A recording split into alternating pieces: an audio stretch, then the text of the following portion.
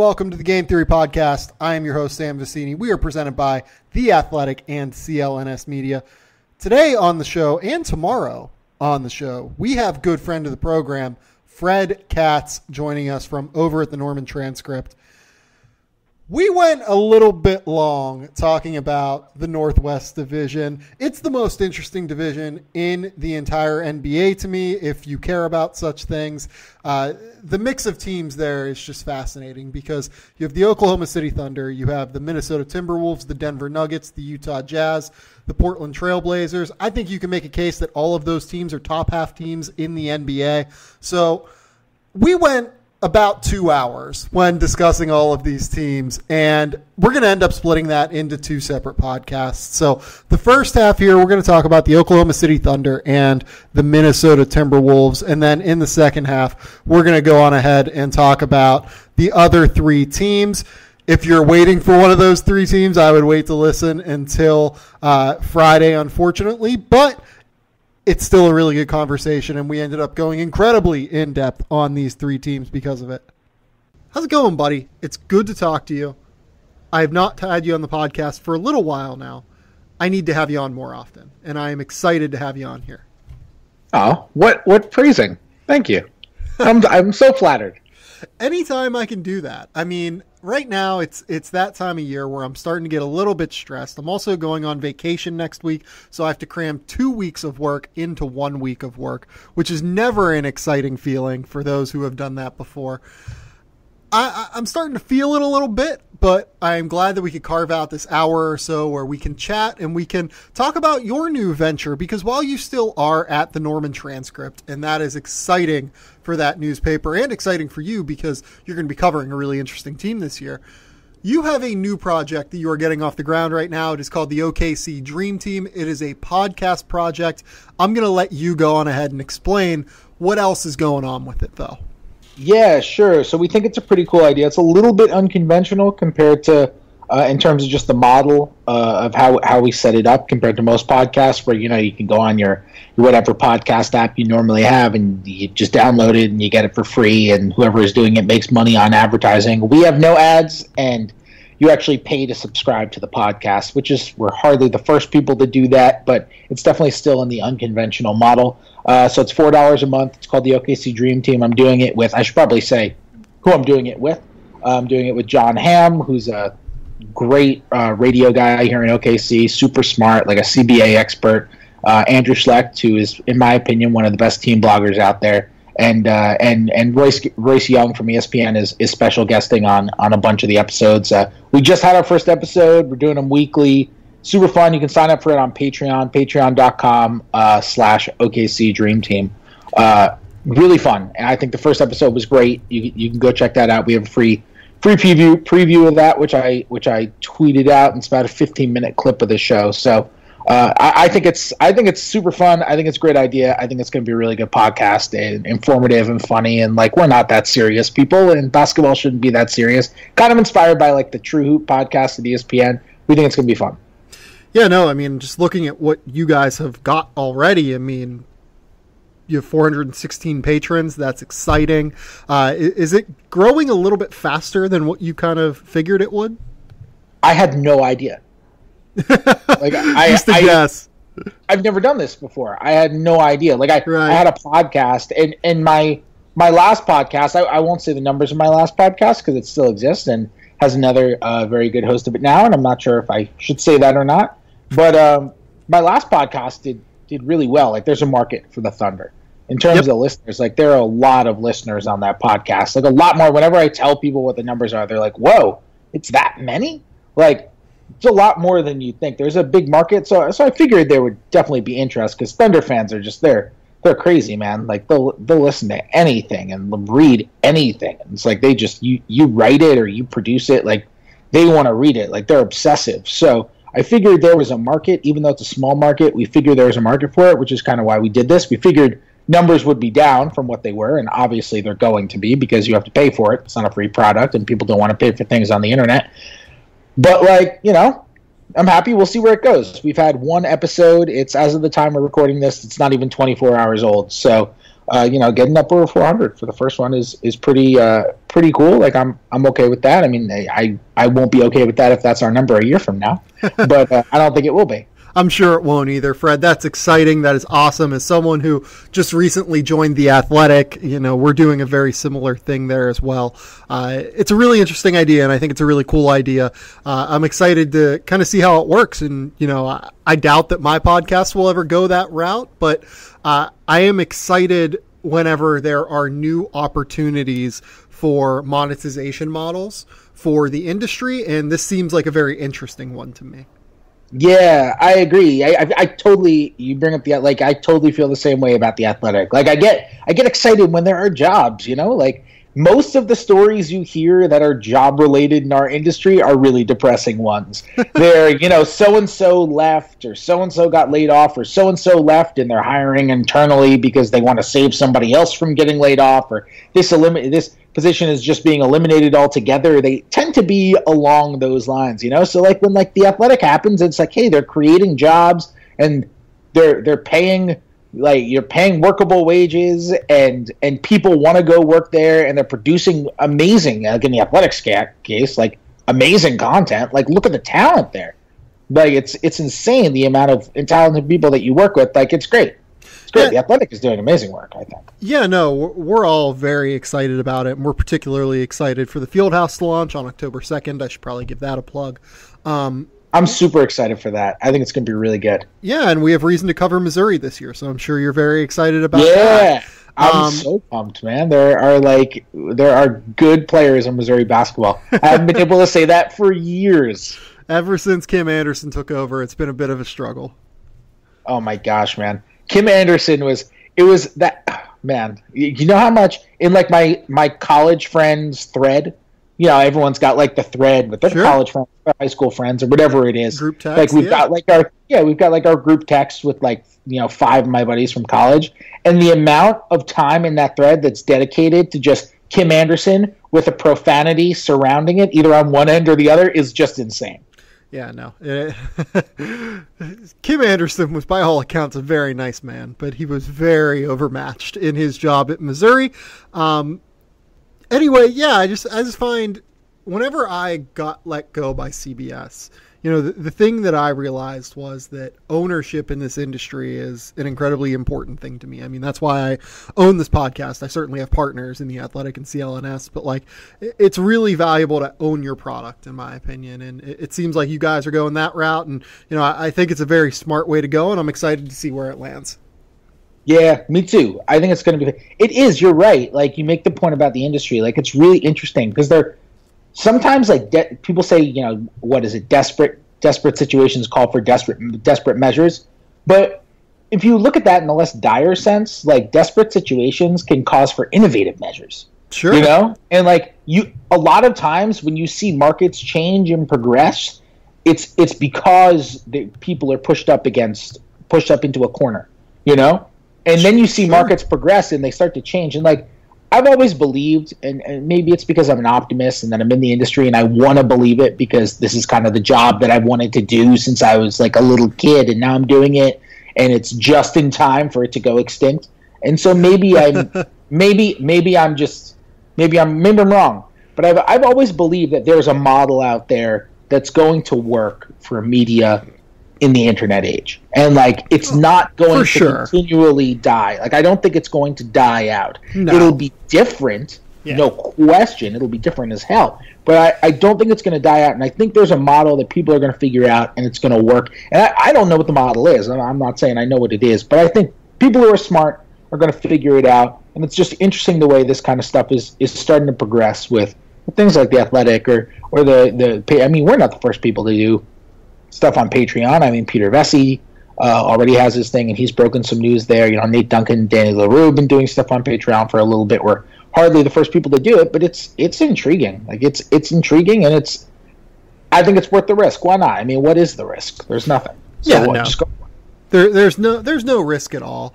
Just put your work out there and see what happens. But let's talk about the team that you cover regularly with the OKC Dream Team and with the Norman Transcript, the Oklahoma City Thunder. They had an interesting year last year because of the whole Russell Westbrook phenomenon. Obviously, one of, I would say, the best seasons in NBA history. I have no real qualms about saying that whenever you average a triple-double in today's day and age, regardless of what your usage rate is, and average nearly 32 points while doing it. I'm pretty cool calling that one of the best years in NBA history. The rest of the team is going to be a little bit different this year. Obviously, there was the Paul George trade. They now have a true second banana with which to help out Russell Westbrook. Steven Adams is a year older. He's going to play a bigger role. Andre Robertson has gotten paid now. He's going to play a role. Patrick Patterson is a new addition here. They actually brought in Raymond Felton, who, talk shit about Raymond Felton all you want, but he's an upgrade on the backup point guard position for the Oklahoma City Thunder this year. Drafted Terrence Ferguson, who I'm skeptical is going to make an immediate impact, but could, just with athleticism and shooting if things go right. So what are your overall feelings on the Thunder going into the year here? I think they're going to be really good. I mean, honestly, the thing that I think I'm really excited about, and I don't think this is a particularly bold statement, but if I'm them, I'm just super excited about their defense. Like, I think they have the potential to be a top 3 defense this year. I think they could absolutely do that. They were 10th last year. Mm-hmm. You look at the defensive personnel they brought in. I mean, Paul George's defense went down a little bit last year, but he's still a very good defender. He's not going to have to guard the other team's best player. I mean, Andre Robertson is so important because Andre Robertson, who, he's got an argument for second best perimeter defender in the league, third best perimeter defender in the league. I mean, he's that good. There. Yep. He's that good as a defensive player and extremely versatile, guards 1s, 2s, 3s, certain types of like hybrid 4s. So, I mean, he's extremely versatile. And you have Andre Robertson guard those guys, and Paul George doesn't have to put in the effort on defense that he would if he's guarding LeBron or Giannis or those sorts of guys, because that's going to be Robertson's job. And all of a sudden, Paul George can put in some more effort on offense. I mean, it's going to help the bench because with Paul George there, because you're going to be able to stagger him and Russell Westbrook and those bench units, which notoriously just killed them in certain situations, including in that first-round series against Houston last year.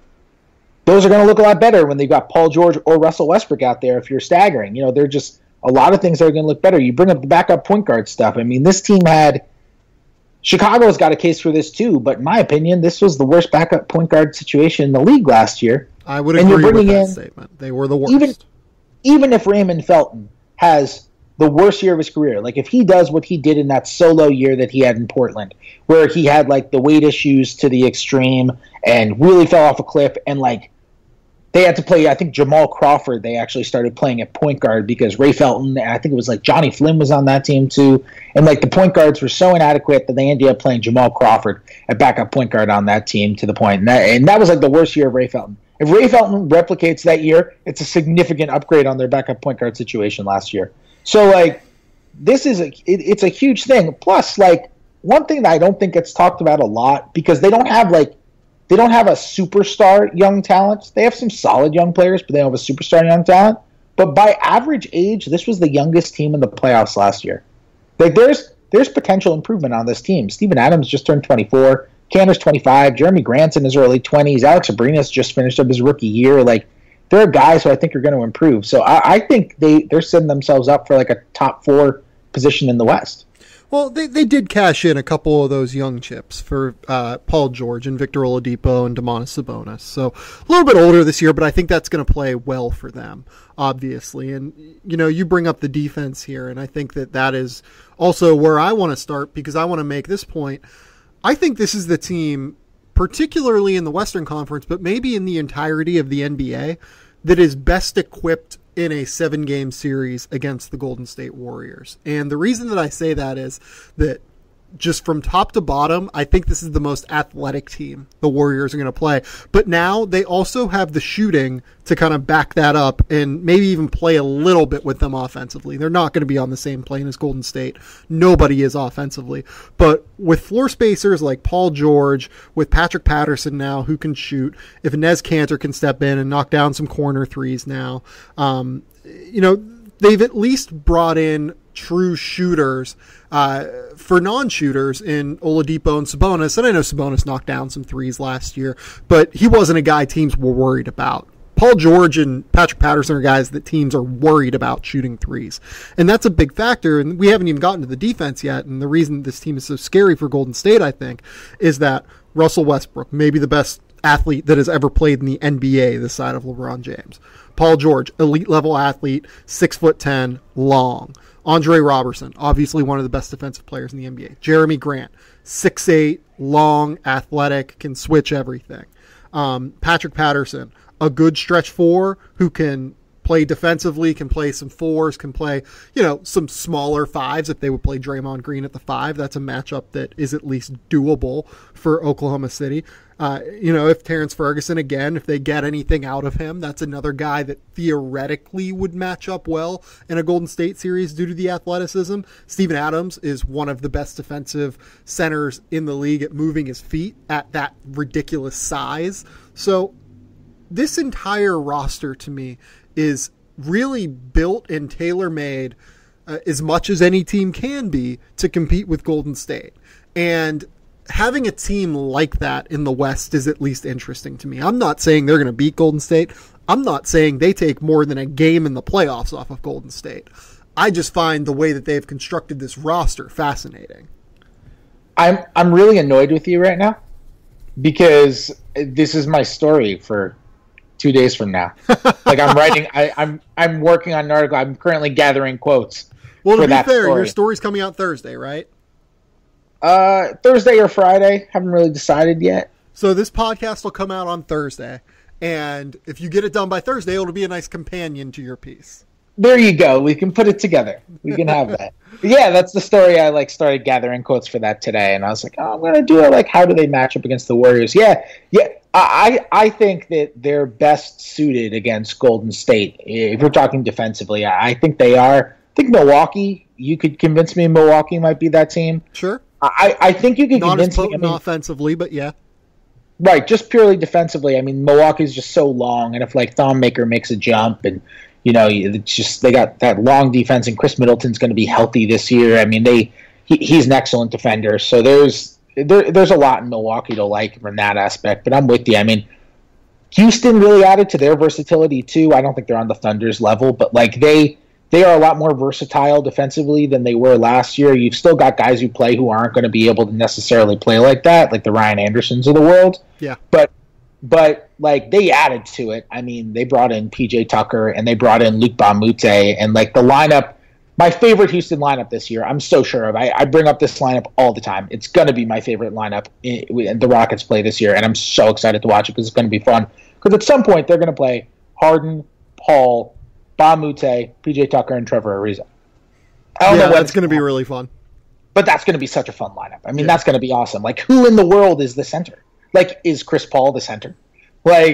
Chris Paul has guarded fours in dire playoff spots for the Clippers before. Harden does it too? Yeah, that's true. James Harden guarded fours at the really by the end of last year. Consistently, James Harden was guarding fours. So who is your center in that lineup? It's just that is going to be a really fun lineup. But yeah, I mean the Thunder are capable of playing lineups like that too. I mean, you can shift in Alex Abrines and you can play a Paul, a Russ, Abrines, Paul George, Robertson. You can throw Jeremy Grant at the 5. Yeah. You can throw Patterson at the 5. You can throw Adams at the 5. I mean, there's going to be, and you can switch anything with any of those lineups with any of those guys at the 5 there, and you can switch everything, and it's going to help a lot with the length, the ability to get into the passing lanes. What really helps with going against Golden State too, it's not just that they have long defenders, because even sometimes when you have long athletic defenders, there's certain guys you can say, this guy has to guard Clay, and this guy has to guard Steph, and this guy has to be guarding Draymond, and it just has to work out like that. And you can switch, but it's just not as preferable. What the Thunder are also going to be able to do with those lineups, they're going to be able to switch up primary looks too. Yep. They from quarter to quarter, from possession to possession, they can say, you know what, this isn't working with Robertson on Curry. Let's put Robertson on Thompson. Because guess what? Andre Robertson is just as good chasing guys off screen as he is guarding the ball. They'll put him on Kevin Durant because he's just going to annoy the shit out of Kevin Durant with his hands and with the way he gets into guys like he does. I mean, Andre Robertson can guard Durant, Clay, Steph, and Draymond. Yep. He can guard all 4 of those guys. Yep. And Paul George can guard 2 or 3 of those guys. I mean, and in switching situations, you can switch on all those guys. And one guy who you didn't mention, who I don't think is a great Warriors defender, but, Ray Felton is not a bad defensive player. Like, Ray Felton is going to help them defensively this year. When he was with Dallas a couple of years ago, Rick Carlisle was starting him at the 2 and having him guard 2s, and, he was kind of dogging guys. He was pretty good. He gets up in you. He's very physical when he guards off the ball. And, he's not going to be, I don't want him chasing around Clay, but he's going to help them as a regular season defender, I think. And depending on who their postseason matchups are, he can help them in particular postseason series defensively too. That's another defensive weapon is the wrong word, but that's another piece of defensive help they're going to be able to get. I think if they want to be really good, if they're going to reach their ceiling, they have to be a top 3 defense. And I wouldn't pick them top 3. I think I'd pick them more top 6. But I think top 3 is it's realistic. It's a realistic goal. Who do I think will be the top 3 defensive teams? I would imagine Utah. I would imagine Golden State. They'd probably be within my top 5, yeah. I would say they could be number 3 for me. That wouldn't be crazy at all now that I'm looking at it. I would definitely have Utah ahead of them. I'd probably have Golden State ahead of them. Yeah, I think Utah's the best defensive team in the league. Yeah, but beyond that, I think they're right in that next tier. Mm-hmm. No, they're going to be really difficult to guard. And my favorite type of defense, and this is not an analytical statement, this is just a personal one, but my favorite type of defense to watch is these switchy athletic defenses. I love that. I just think it's super fun to watch. Well, I think they have the most utility in today's NBA too. Yeah. No, it's true. I mean, it's going to be super interesting. With a lot of the defenses that were good last year had major changes. They did, yeah. The Spurs. I mean, here's the thing. Look, that San Antonio defense, how that team was the best defense in the NBA, playing Pau Gasol and David Lee a ton of minutes, and LaMarcus Aldridge playing crazy minutes, Tony Parker playing 2,000 minutes or whatever. How is that team the number 1 defense in the NBA? Greg Popovich is a wizard. That last year might have been the best coaching job Greg Popovich ever did. I think it was. I said that last year. I think it was. It might, no joke. I mean, I can't quite say this. I can say in the time I've been covering the NBA, when I really consider myself an NBA, which is not, ancient history. This is 5 years. But in the time I've been covering the NBA, it's the best coached season I've ever seen. Since I've been covering the league in the last 5 years. And I don't know if I can't speak to Larry Brown's 2004 season. Because I was in high school, and I was in 8th grade, and I was, not watching every Detroit Pistons game, so I don't know. Sure. But since I've been covering the NBA, that Popovich season last year was amazing. What they did on defense was incredible. But that's why I look at their roster and I think well, there's no way they're going to be number 1 defense with Joffrey Laverne jumping in, but couldn't they they could be top 4 just because just write it off. The logic is well, it's the Spurs, Yeah. No, and they have Kawhi, and that's it. Yeah. No, 100%. They absolutely could be the number 1 defense in the NBA. They also have Danny Green, by the way. Danny Green was all defense, so it sounds ridiculous to say, but Danny Green doesn't get enough credit. No, he doesn't. Even as a first team all defense, because people say, and I make the same point that you just made all the time. How in the world was that team number 1 in defense? But and then they say, well, they have Kawhi, but they never say, and I just did the same thing. I just made the mistake that I'm complaining about. But we really should be saying they have Kawhi and Danny Green, because Danny Green's a beast. That dude can defend, and he defends everything. He's even he's still one of the best transition defenders in the league. He's amazing. I had a conversation with a Thunder player last year, and we were talking about random niche NBA things, and that we really like. And I said to him, I love watching Danny Green as a transition defender. He was like, Danny Green's a good transition defender. And I was like, dude, watch Danny Green play transition defense. And a month later, he came up to me and was like, I watched the Spurs game last night. Danny Green made like 6 absurd plays, just like stop fast breaks. I was like, I know, dude. He's the best transition defender in the league. Although Andre Robertson has a good case for that too, actually, because he just stops fast breaks like nobody else other than Danny Green. But I was like, Danny Green is he's amazing at that. It's incredible. Being able to limit, efficiency in transition is not what you want to limit. You want to limit just teams getting out in transition and stopping transition opportunities from ever having their genesis. And that's what Danny Green does. That's what Andre Robertson does. And it's maybe the most underrated skill that a defender can have in the NBA. Because if you can genuinely limit transition opportunities kind of by yourself, you are essentially causing, on average, I would guess, probably a 0.4 to 0.5 difference in offensive efficiency from the opposing team on each possession. And that's just ridiculously valuable. Well, that's one of the reasons you're saving multiple points a game doing it. That's one of the reasons why the Thunder defense was top 10 last year.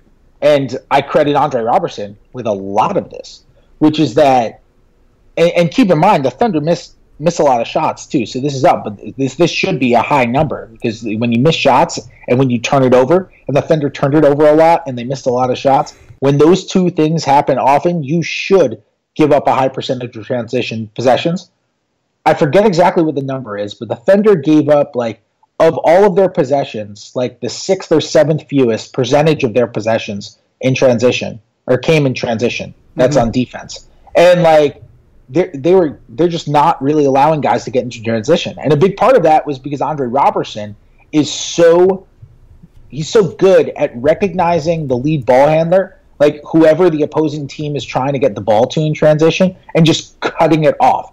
Often before that guy even gets the ball, and whoever has the ball ends up just stopping, or they get it to him, and Robertson just kind of gets in him, and he just stops it. And he's so good at recognizing that, and it's even more impressive skill because guys are usually cross matching, and he's that guy's usually not guarding him, and it's something that he's really good at, and it's a major reason why the Thunder were good, because if you could, man, the difference of efficiency between a half-court offense and and just transition offense is just amazing. Like, eliminating the Warriors, the best half-court offense scores under a point of possession in the half-court, and the worst transition offense scores more than a point of possession in transition. Like, it's amazing the difference. And if you can do that, you can not necessarily be a phenomenal defensive team and still put out good defensive numbers. Yeah, no, those are all really, really great points. Before we stop talking about the Thunder real quick, and I'm glad we're spending a lot of time on them because, this is the team that you know best, you cover them best. The obvious question here is how Russell Westbrook and Paul George mesh together on the floor. What is your thought on that? And then also, we'll just start there, and then I have a follow-up on Russ right after. I think they mesh really well. I mean, of all the top 15 players in the league, other than probably Anthony Davis, I think Paul George probably fits best with Russ of any of those guys, because he's a wing, and he's great with the ball. He's a really good pick and roll ball handler, but he doesn't need the ball. I mean, he 42% on catch and shoot threes last year. He's really good at running those curls off pin downs. Like, he's really good off the ball. He likes running off the ball. He's always wanted to play with a player, at least from his actions. It seems like he's always wanted to play with a player like that. He talks a lot about, he had a lot of comments, implying not necessarily having enough help. So I think it's a really good match. I think it's going to work. And I could see it taking a little bit of time for it to work. I could see it taking October and November for it to work, because that stuff just happens. But I think they're going to figure it out, because the pairing stylistically just seems to make sense to me. Yeah, I agree with that wholeheartedly. I think that, George is so good at coming off of screens, and he is so good at playing without the ball and getting to his spot before he gets the ball, that Russell Westbrook's just going to play right into that. He's going to be perfect. I would imagine that George is going to shoot like 8 threes a game this year, just because he's going to get so many open looks from Russell collapsing. He's a great shooter, man. He's a really good shooter. He wants to take 8 threes a game. They're good looks. Take 8 threes a game. That's fine. Well, he's taken 7 threes a game the last 2 years, and they were not great looks. 7 threes a game last year. I don't know if I would want that if I were the Thunder. No, I would not want that either. And speaking of Russ, the next question here is that he has not signed this extension, right? So what are your thoughts if this thing is middling in January? How does this team handle a 500 team in January where Russell Westbrook still has not signed an extension? Because their history, other than Kevin Durant, is to deal guys before they hit free agency. Serge Ibaka is a good example of this. James Harden is a good example of this.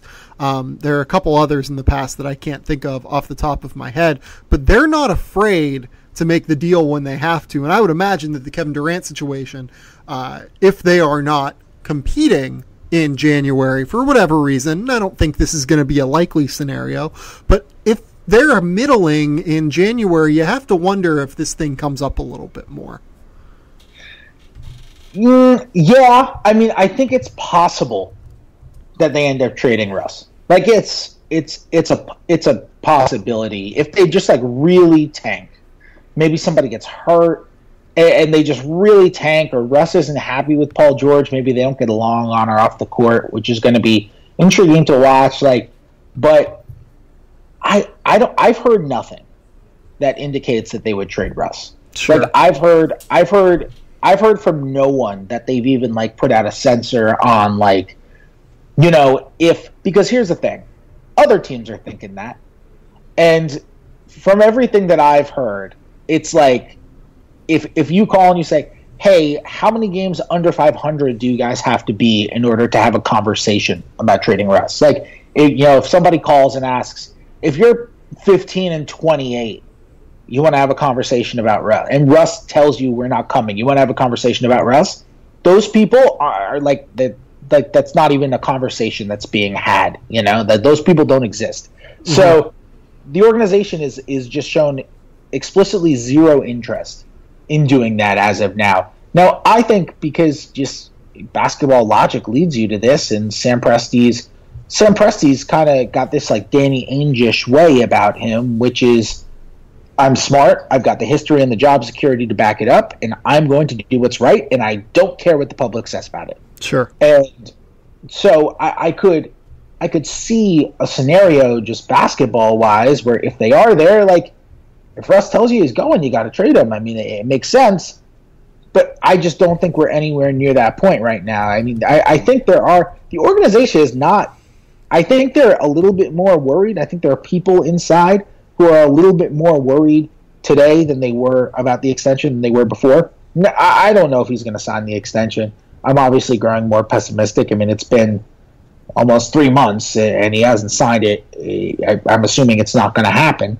But there are reasons for like why he could not want it. I mean, if he signs the extension, he can't get no trade clause. But if he re-signs next summer, he can. There are certain reasonable ways for him not to want the extension. And the thing about Russ, which is a point that I actually made in our first OKC Dream Team podcast, a lot of this stuff gets out with other players, whether it's LeBron James and the talk about LA, or Paul George and the talk about LA, or whatever it is. Like, this stuff gets out because either players or people around them, or someone's telling somebody something, and it gets back to reporters, Russ, I think Russ is the most private. Yeah, I was going to say, that shit ain't going to happen with Russ. There's no way. There's no way it's happening with Russ. Like, he doesn't tell anybody. He tells his wife, he tells his brother, he tells his parents, and nobody else anything. Like, and the Thunder are like that too. They're like a match made in heaven in that sense. And for reporters, they're like a match made in hell because we don't know crap. So, like, that's tough. Like, it's hard to know. I don't know what he's thinking. I don't know explicitly what he's thinking. All I can know is talking to people around the league and talking to people, within Oklahoma City and that kind of stuff, and trying to figure some stuff out. But when Russ doesn't say anything, I'm a reporter. I'm not a mind reader. Yeah, no, I mean, like, so Russ, I believe, is a Wasserman guy, right? Yeah. Like, are we 100% sure that Wasserman knows?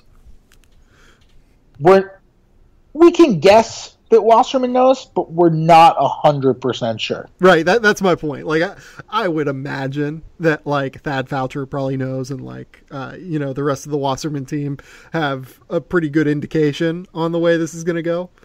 Also, I am not, like, 100% sure that's true. Yeah, no, I think that's fair. I mean, remember, Russ even last summer, like, Russ extended 1 year last summer. Mm-hmm. The Thunder were trying to get that done the day after Kevin Durant left, first week of July. And he didn't extend it until August 3rd. And there's never been a reason given for why he waited a month in order to sign the extension. Yeah. And this year, there was nothing that tangibly hurt the Thunder. Like, let's say he does sign it within the next month. He has until October 16th to sign it this year. Let's say he does sign it within the next month. Like, in the end, it didn't matter when he signed it. It made no difference to how the Thunder operated. Yeah.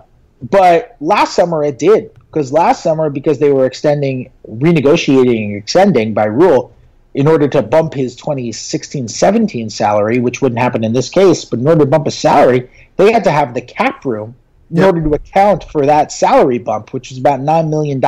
So they had to stay more than $9 million under the salary cap for a month. Yep. And they couldn't sign free agents. They had to renounce the rights to Dion Waiters. They could have made other moves. If Russ 2 days later is like, I'm in, let's get it done right now, today, so that we can do this, then they can make moves. So, like, Russ is going to do things on his own time. He's one of a kind, man. He's one of a kind. He's going to do things on his own time. And I think it's possible he stays. I think it's possible he goes. I've never pretended to know exactly what he's going to do because I'm just not quite sure. Yeah, I think that his overall intelligence levels get underrated so often. Like, this is a guy who clearly has a propensity to think through every single plausible variable before making a decision. He's obsessive. Like, very obsessive personality, for sure. Everything that he does makes me think he is an incredibly intelligent human being who doesn't get the credit enough for it. I'm very interested in the way that the Russell Westbrook thing breaks down. Let's move on, though. Let's talk about the other teams in this. But you know why, Sam? You know why he doesn't get the credit for it? I have a very good reason for that I'm not going to say on this podcast. Well, it's in part because people think he's reckless on the basketball court, and people translate on-court personality to off-court personality.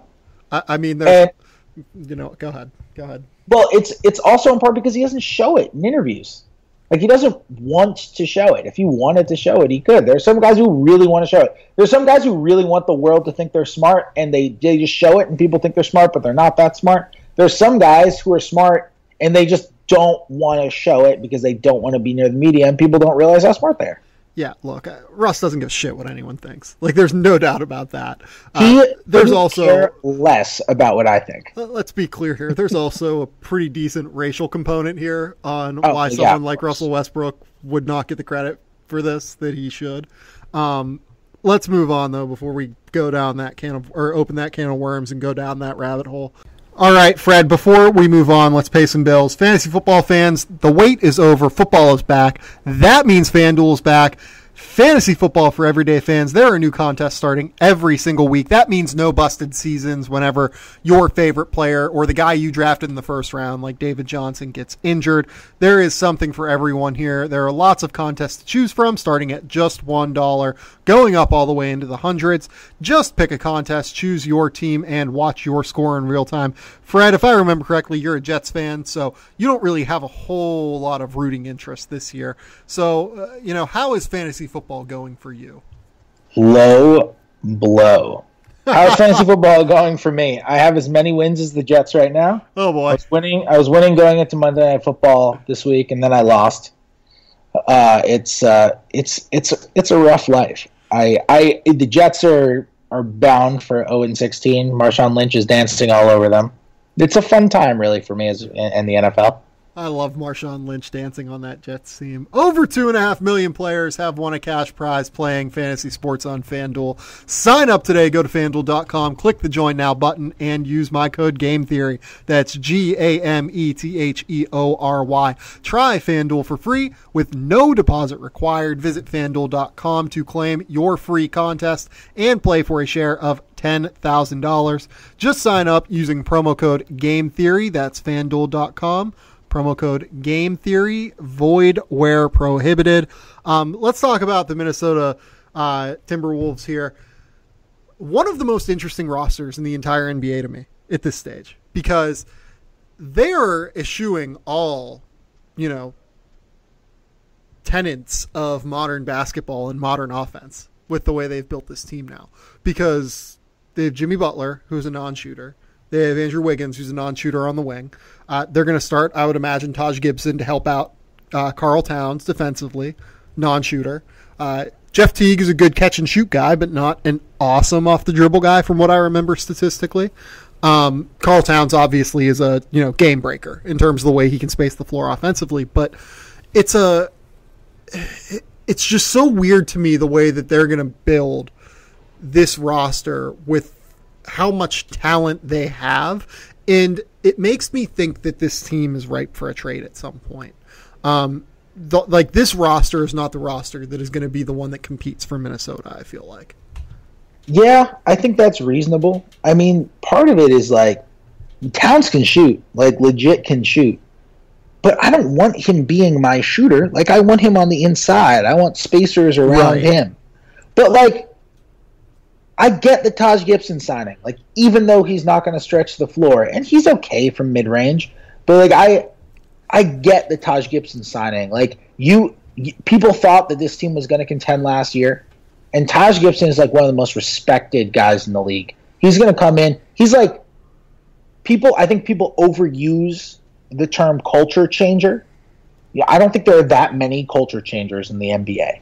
I think there's some guys who can change a locker room negatively, some guys who can change a locker room positively. And the culture changers are guys who can just come in and day one, it's different, and it's because that guy is there.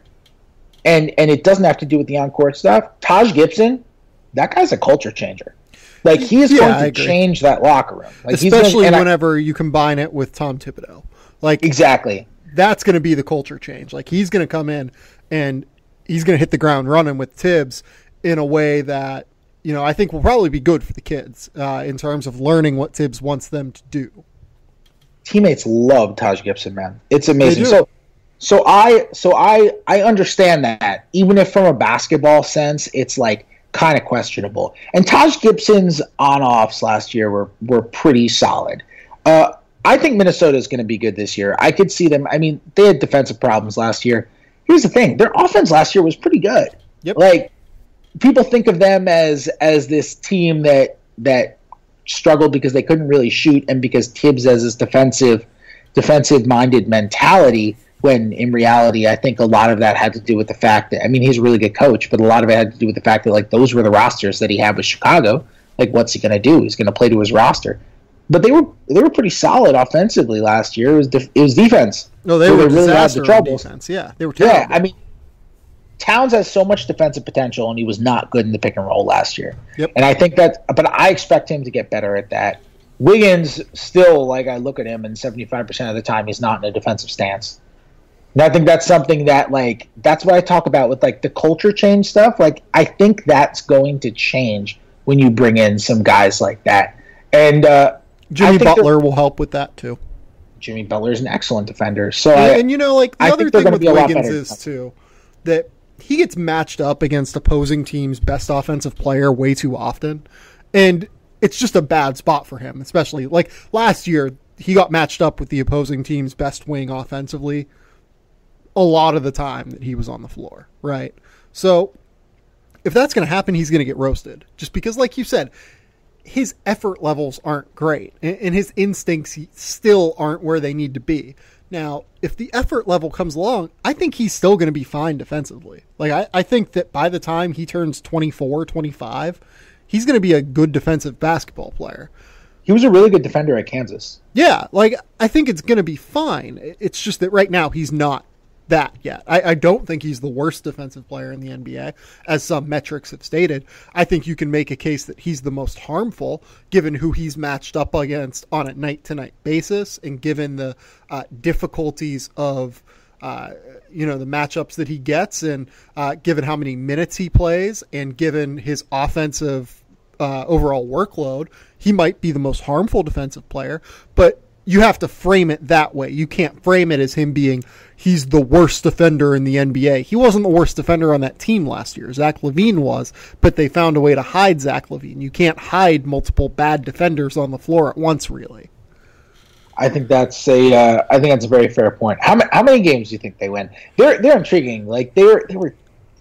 I didn't see it last year. I didn't think they were going to be as bad as they were. I mean, like Bontemps famously had them at 50 for some reason. Basketball Twitter like obsessed over Bontemps picking them to win 50 and him getting it wrong.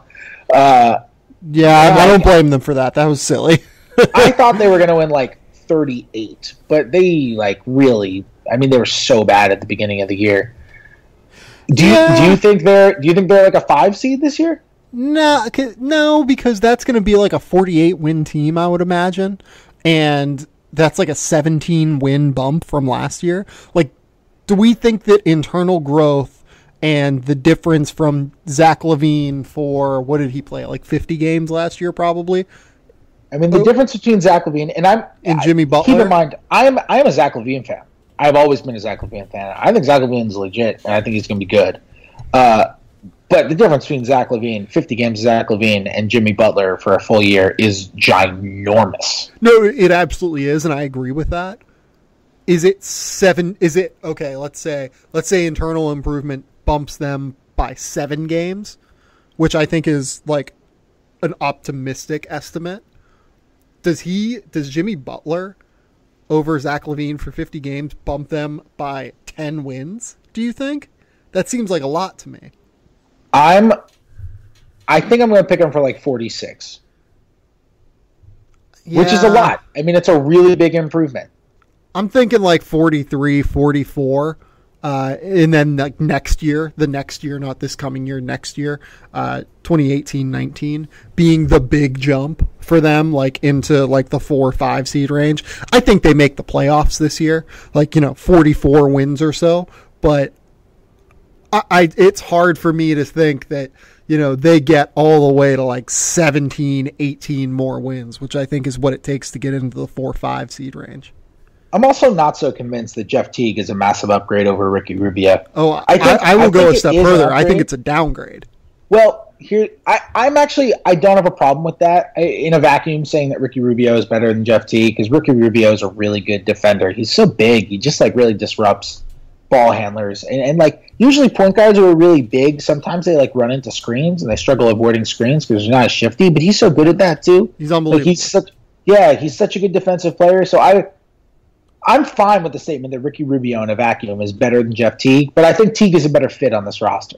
I agree with that. He's a little bit better of a shooter, which is going to help. He's had some solid shooting seasons in the past, and like even if he just has an average shooting season, that's miles ahead of Ricky Rubio.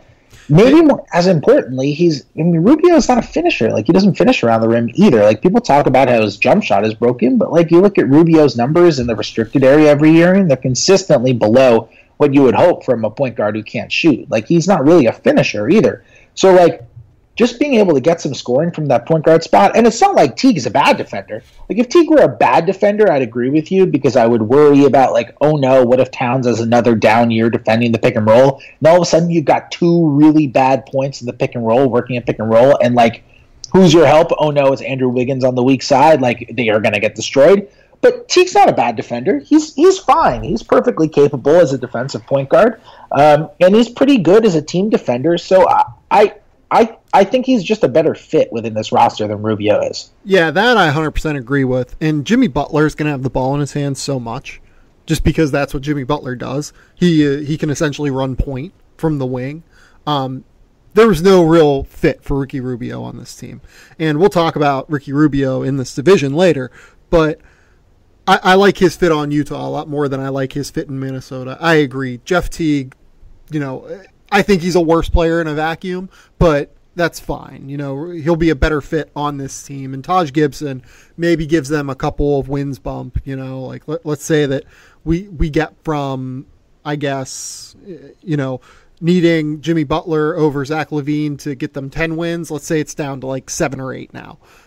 I'm still a little bit skeptical on that big of a bump from just the Jimmy Butler addition, I guess. Even though I'm a big Jimmy Butler is one of the 15 best players in the NBA, but like, you know, it's just like, do we really think that a single player of Jimmy Butler's caliber, replacing him with another, you know, I would say average wing starter who is definitely worth wins above replacement level, do we think that guy is worth 7 more wins above replacement?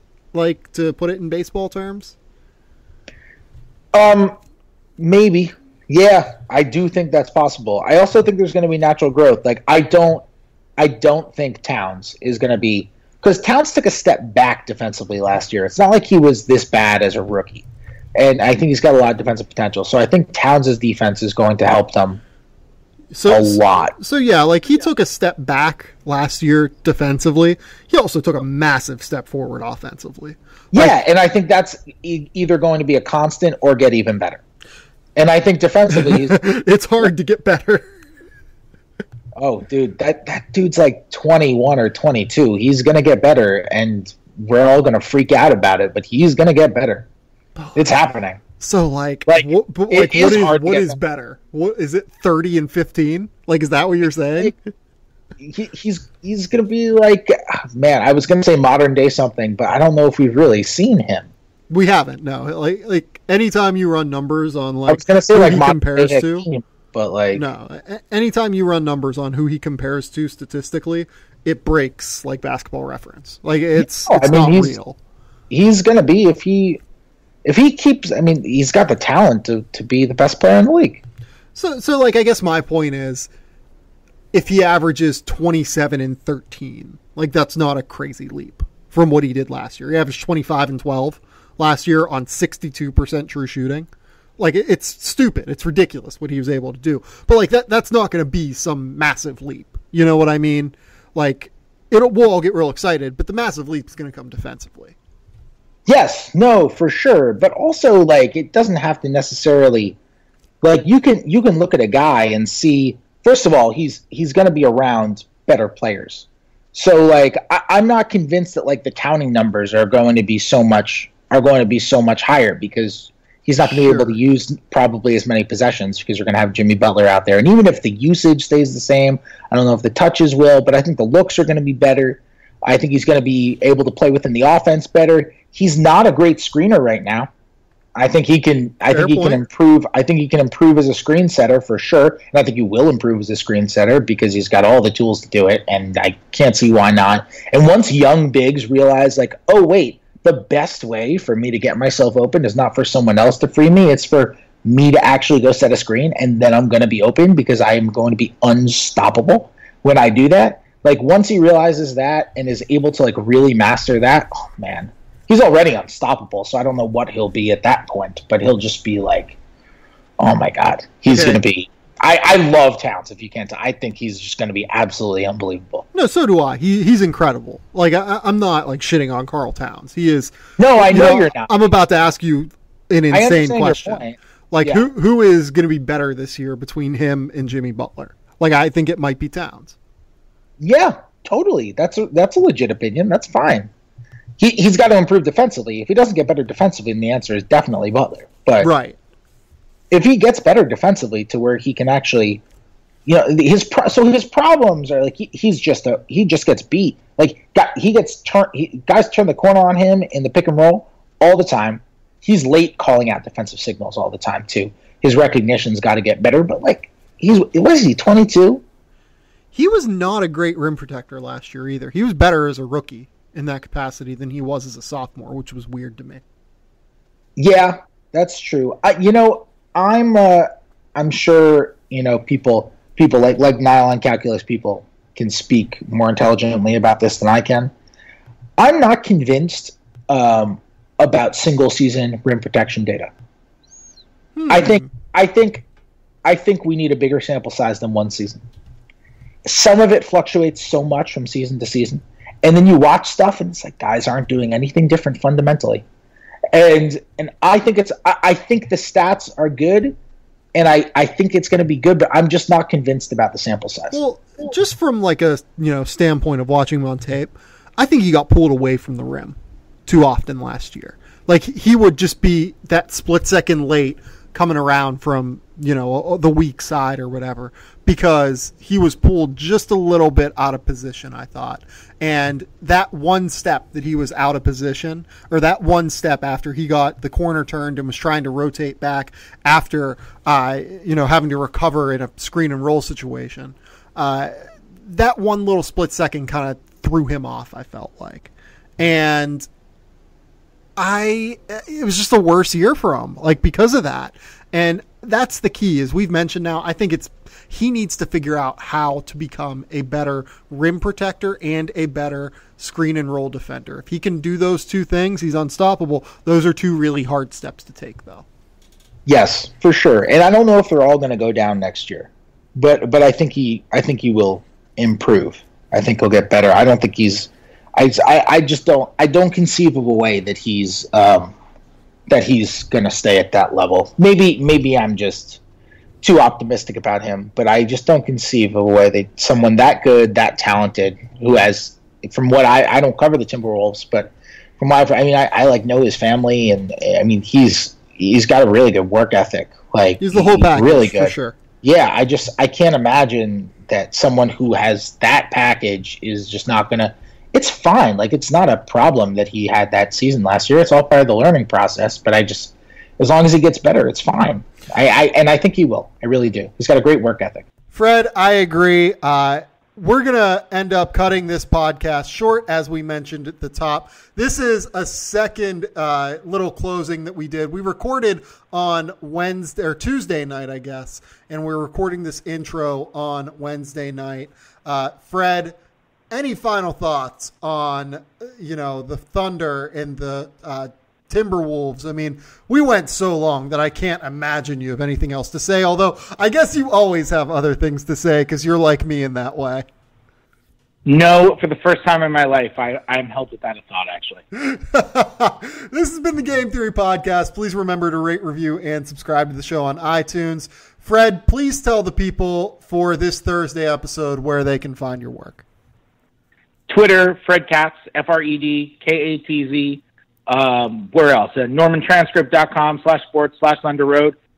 And you can find me, on my podcast, obviously, OKC Dream Team. Like I said before, that's just Patreon, patreon.com/OKC Dream Team. And you can subscribe there, $4 a month, and get all of our podcasts and all the other content that's going to come with it. Please go on ahead and do that. It is a great product. Fred and the people involved there are going to do a tremendous job with it. If you have any sort of caring about the Thunder in the slightest, I believe that it is a worthwhile product because that's all Fred does. Fred puts out fire-ass content constantly, and it is the only way that I can describe Fred Katz, just a fire-ass human being. You sound like my mother. That's how my mother calls me. Does your mother use the terminology fire ass human being? If she listens to this, she will probably start. Thank you all for listening again. I really appreciate it. Until next time, which will be on Friday morning, we'll talk soon. Bye.